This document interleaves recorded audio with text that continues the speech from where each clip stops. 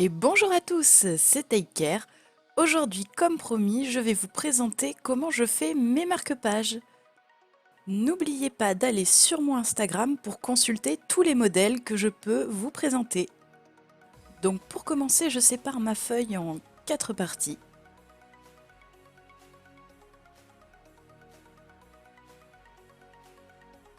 Et je commence de manière traditionnelle à dessiner.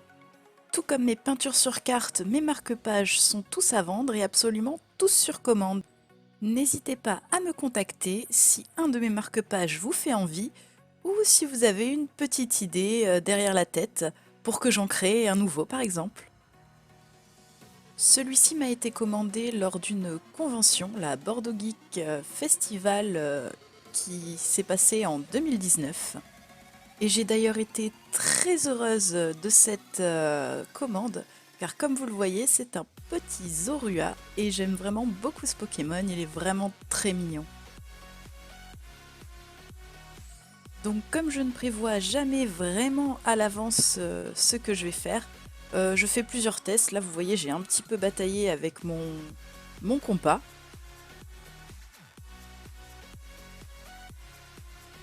Une fois que la base me convient à peu près, je viens avec mon Faber-Castell de la lettre B. Ça fait comme un petit feutre. Car pour mes marque-pages, j'aime beaucoup cet effet un petit peu plus traditionnel, plus colorié et avec une line moins parfaite. Ce que j'appelle line, c'est le contour, hein, tout simplement. Je suis désolée pour ma voix aujourd'hui, ma gorge veut vraiment pas. Donc pour faire le voice-over, c'est un petit peu compliqué. À ce moment-là, ma base me convient. Et ce que je vais faire là tout de suite, c'est maintenant basculer sur l'ordinateur. Donc pour ça, d'abord forcément, je viens scanner mon dessin. Et on passe à Photoshop.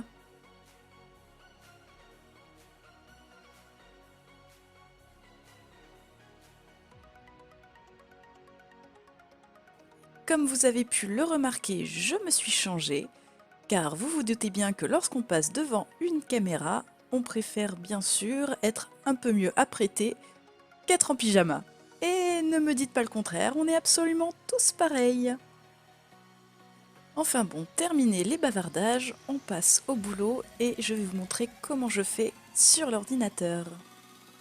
Mon but pour cette étape, c'est simplement de bien cleaner mon line, de bien sortir toutes les petites pétouilles qui pourrait y avoir sur mon dessin.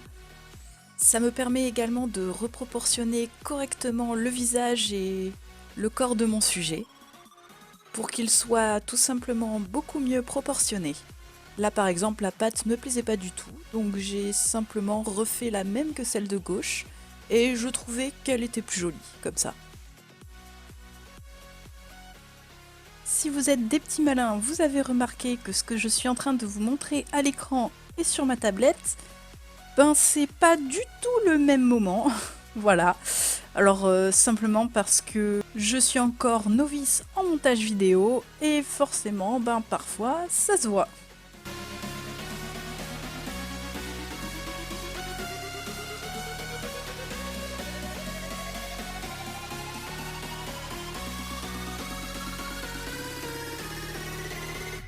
Donc comme vous le voyez, je partage ma feuille en 3 fois parce que ces marque-pages, je les réutilise pour d'autres commandes et pour pouvoir les proposer à d'autres personnes.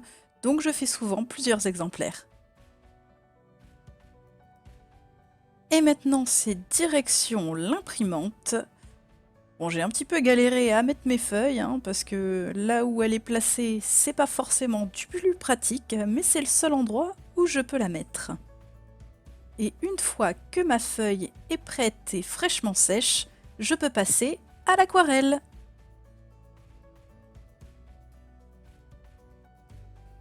La mise en couleur est pour elle toujours unique, donc sous vos marque-pages, pour ceux qui m'en ont déjà commandé, vous avez la véritable aquarelle en dessous. Je réutilise tout simplement les lignes que j'ai déjà préparées à l'ordinateur auparavant, mais sinon je recommence à chaque fois la couleur. C'est d'ailleurs pour ça que dès que je fais un marque-page, vous pouvez me le commander en version normale ou en version shiny.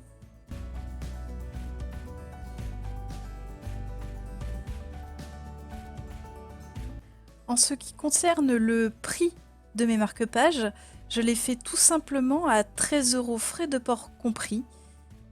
Un petit peu moins cher que les peintures sur carte car j'y passe beaucoup moins de temps. C'est-à-dire qu'une peinture sur carte, donc comme vous le savez, ça me prend entre 1h30 et 2 heures, alors qu'un marque-page va me prendre en général 45 minutes.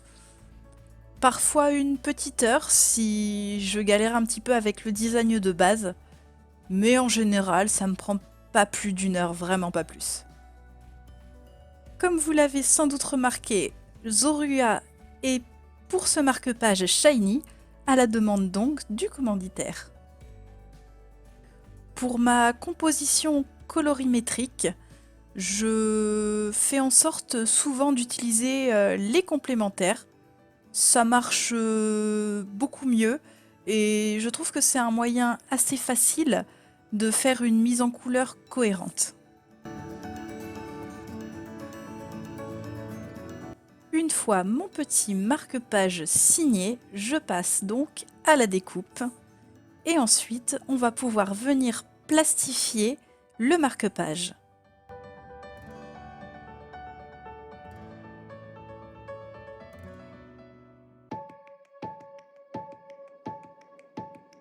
J'utilise une petite plastifieuse toute bête au format A4 que j'ai trouvé pas très cher à Action.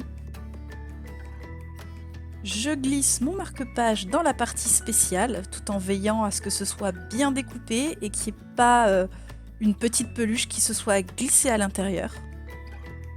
Et ensuite je le passe dans l'autre sens afin que vraiment toutes les bulles d'air disparaissent. Il ne me reste plus qu'à découper les coins de manière arrondie afin que le plastique ne vous blesse pas et pour avoir un fini et un rendu beaucoup plus sympa.